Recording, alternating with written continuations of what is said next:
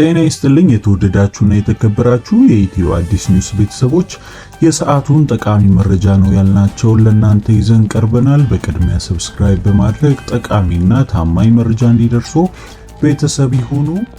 ባለፈው ዓመት በተፈጸመው የባህር ዳር ጥበብ ጊዮን ስፔሻላይዝድ ሆስፒታል የቀዶ ጥገና ሕክምና አገልግሎት ክፍል ኃላፊ የሆኑት ዶክተር አንዷለም ዳዬ ግድያ የተከሰሰው ግለሰብ የ25 ዓመት ጽኑ እስራት ተፈረደበት። ዳግም የተቃረኑት ኢትዮጵያና ኤርትራ ወደ ጦርነት ያመሩ ይሁን በሚል ዛሬ ቢቢሲ ረዘም ያለ ዘገባ አውጥቷል። ዝርዝር መረጃውን ይዘነው ቀርበናል። እስከ መጨረሻው አብራችሁን ቆዩ። ባለፈው ዓመት በተፈጸመው የባህር ዳር ጥበብ ጊዮን ስፔሻላይዝድ ሆስፒታል የቀዶ ጥገና ሕክምና አገልግሎት ክፍል ኃላፊ የሆኑት ዶክተር አንዷለም ዳዬ ግድያ የተከሰሰው ግለሰብ የ25 ዓመት ጽኑ እስራት ተፈረደበት።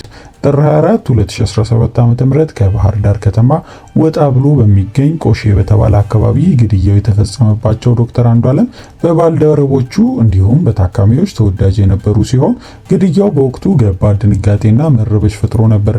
ግድያ የተፈጸመባቸው ዶክተር አንዷለም በባህር ዳር ዩኒቨርሲቲ ስር በሚገኘው ጥበብ ጊዮን ስፔሻላይዝድ ሆስፒታል የጉበትና የቆሽት ስብ እንዲሁም የሐሞት ከረጢት ስፔሻሊስት ሐኪምና ተመራማሪ እንዲሁም ምሁር ነበሩ። የባለትዳርና የሶስት ልጆች አባት የነበሩት ዶክተር አንዷለም ዳኜ በዶክተር አንዷለም ዳኜ ግድያ የተከሰሰው እሱ ባለው ሳሙኤል የተባለው ግለሰብ ጉዳዩን ሲመለከት የነበረው የአማራ ክልል ጠቅላይ ፍርድ ቤት ግለሰቡ በወንጀል ተጠያቂ ሆኖ በማግኘቱ ህዳር 12 2018 ዓ.ም ባስተላለፈው አብይ 25 ዓመት ጽኑ እስራት እንዲፈረድበት ተወስኗል።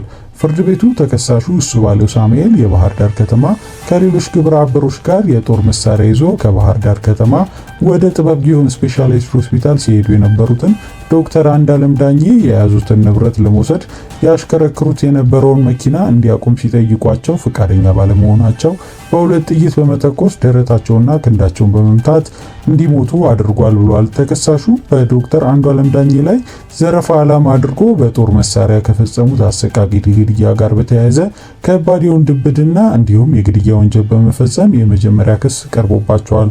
ተከሳሹም በተጨማሪ ወደ ጥበብ ጊዮን ስፔሻላይዝድ ሆስፒታል ሲሄድ የነበሩትን ዶክተር በረከት አማረ ላይ የሁለት ጥይት በመተኮስ መኪናቸው ውስጥ በመሞት ሌላ ከባድ የሰው መግደል ሙከራ ወንጀል ተከሰዋል።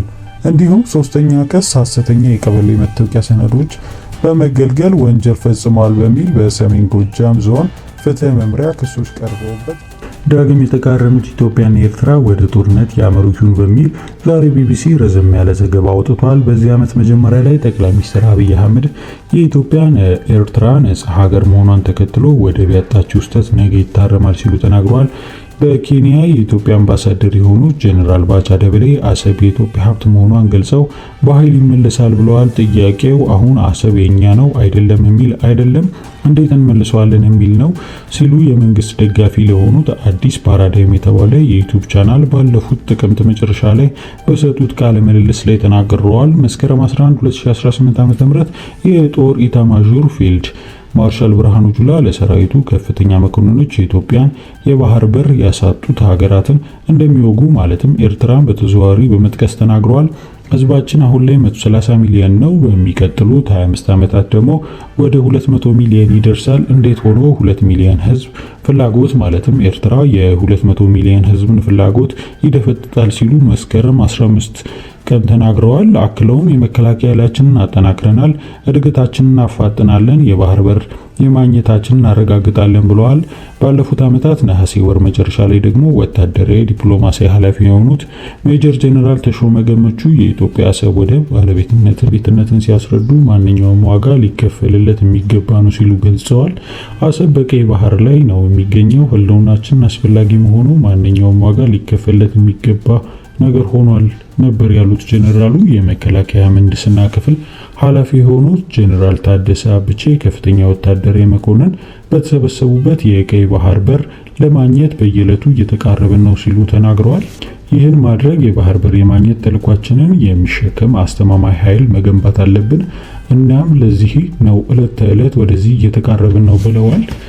በኤርትራ በኩል ደግሞ እስካሁን ድረስ የተሰጠ ብዙም መግለጫዎች የሉም። ከኢትዮጵያ ወገን በቀይ ባህር በር በማግኘት ፍላጎት በተደጋጋሚ ቢሰማም የኤርትራ መንግስት ምላሽ ግን የማስታወቂያ ሚኒስትር የሆኑት የማነ ገብረ መስቀል በኤክስ ገጻቸው ላይ በሚለጥፉት አጭር መልእክት የተወሰነ ነው። ኢትዮጵያ ባህር በር የማግኘት የምታቀርበው ጥያቄ አደገኛ ነው በማለት ውድቅ ያደረጉት ሚኒስትሯ የድንበር መንጠቅ መርዛማ አጀንዳ ነው ሲሉ ኮንነውታል። መስከረም 6 2018 ዓ.ም ሚኒስቴሩ የኢትዮጵያ እርምጃ ግልጽ የሆነ ጥቃት በማለት ለኢትዮጵያና ለጎረቤት ሀገሮቿ ጥሰት እንደሚኖር አስጠንቅቀዋል። ሊታለፍ የማይገባው ቀይ መስመር መሆኑንም ገልጸዋል። ብዙም ሲናገሩ የማይደመጡት የኤርትራ መከላከያ ሚኒስትሮች ህዳር ወር ላይ መጀመሪያ ላይ የኢትዮጵያ መሪዎችን ህዝብን ወደ ጦርነት አዘቅት ውስጥ መጎተት እንዲያቆሙ አስጠንቅቀዋል። ጦሩም አክሎ ቀይ መስመሩን የሚያልፍ ማንኛውም አካል ለመማር ዳግመኛ እድል እንደማይሰጠውና አዘቅት ውስጥ ራሱን እየከተተ ነው ሲሉ አስጠንቅቀዋል። የሁለቱ ሀገራት የሚያዋስኑ አካባቢዎች ላይ ግዙፍ የሆነ ወታደራዊ እንቅስቃሴ ስለመኖራቸው ምንም የተዘገበ ነገር የለም። ይሁን እንጂ የኢትዮጵያ ብሔራዊ ቴሌቪዥን ጣቢያዎች ኢቲቪን በሺ የሚቆጠሩ አዲስ ምልመላ ወታደሮችን ሲያስመርቁ በተደጋጋሚ ያሳያል። የሀገሪቱ መከላከያ ኃይል ሰው ኃይል ኃላፊ ሌተናል ጀነራል ሃጫሉ ሸለመው በቅርቡ በሰጡት ቃለ ምልልስ ላይ የጦር አስተማማኝ ቁመና ላይ እንደሚገኝ ተናግረዋል። በ10 ሺህ የሚቆጠሩ ወጣቶች እየተቀላቀሉ መሆኑም ከጦሩ ተጨማሪ አዲስ የተገኙ ወታደራዊ መሳሪያዎችን ተኳሾችን ጨምሮ ታንኮችን እንዲሁም የታጠቁ ተሽከርካሪዎችን በብሔራዊ በዓላት ወቅት ለእይታ ቀርበዋል። እስካሁን ድረስ ምንም አይነት ወታደራዊ ትርኢት ወይም ምላሽ ከኤርትራ ወገን አልተሰማም። ይሁን እንጂ በኤርትራ አሁን በሺ የሚቆጠሩ ወጣት ወንዶችና ሴቶች የሚሰለጥኑበት ብሔራዊ አገልግሎት እንደቀጠለ ነው ተብሏል። የኤርትራ ምንጮች ለሀገሪቷ መከላከያ ኃይል አባላት በምድባቸው ውስጥ እንዲቆዩ ጥብቅ መመሪያ መተላለፉ እየተነገረ ነው ተብሏል።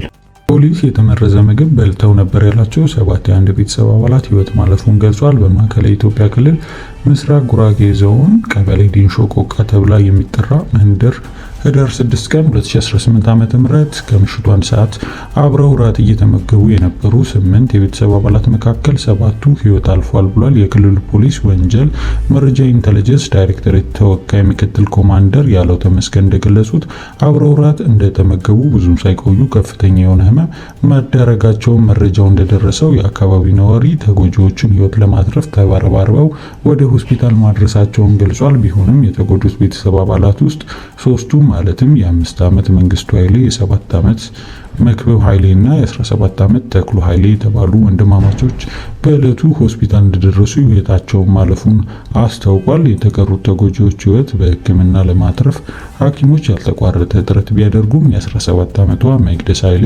የ15 ዓመቷ ገብረ ኃይሌ ሁለቱ እህትና ወንድማማቾች ህይወታቸውን ማትረፍ ሳይቻል ቀርቶ ህዳር 7 ቀን 2018 ዓ.ም ከምሽቱ 11 ሰዓት ላይ ህይወታቸው አልፏል ብሏል። የ1 ዓመት ከ7 ወር ህፃን ሲሳ ኃይሌ ህዳር 9 ቀን 2018 ዓ.ም ጠዋት 2 ሰዓት ላይ ህይወቱ ሲያልፍ የ6 ዓመት ሟች ልጅ አባት የሆኑት አቶ ኃይሌ አበራ ደግሞ ህዳር 10 ቀን 2018 ዓ.ም ሌሊት ላይ ህይወታቸው አልፏል ብሏል። ፖሊስ ባለቤቷን እና የ6 ልጆቿን ህይወት እልፈት ለማወቅ ያልተያደለች ወይዘሮ ዳመነሽ ደበለ በሚኒሊክ ሆስፒታል በጽኑ ህሙማን ክፍል ውስጥ ሆና ሕክምና እየተደረገላት እንደሆነ አስታውቋል። የተጎጂዎቹ የተመገቡት ምግብ የተመረዘና በማን እንዴት የሚለውን እውነታ ለማረጋገጥ የተፈጸመውን ድርጊት አጣርቶ እውነታውን ለማረጋገጥ የምስራቅ ጉራጌ ዞን እና የምስካይ ወረዳ የተውጣጣ ምርመራ አጣሪ ግብረ ኃይል ተዋቅሮ ምርመራ መጀመሩን ተገልጿል። ኮማንደሩ ያለው ተመስገን ምርመራ ግብረ ኃይል በድርጊቱ ሌሎች እጆች ሊኖሩ ይችላል በሚል ጥርጣሬ 10 ሰዎችን በቁጥጥር ስር አውሎ ምርመራ እያጣራ መሆኑን ገልጿል። ተጎጂዎቹ በዳግማዊ ምኒልክ ሆስፒታል ሕክምና መከታተላቸውን የገለጸው ፖሊስ የሟቾቹን አስክሬን ምርመራ ውጤት እየጠበቀ መሆኑን ውጤቱም ለጉዳዩ የተሻለ ፍንጭ ይሰጣል በሚል መረጃ እየጠበቀ መሆኑን ገልጿል። የዕለቱ ብታዳምጧቸው መልካም ናይል ናቸው። አጫጭር ዜናዎች ይህን ይመስሉ ነበረ። በሌላ ዜና እስክንገናኝ ደህና ቆዩልን።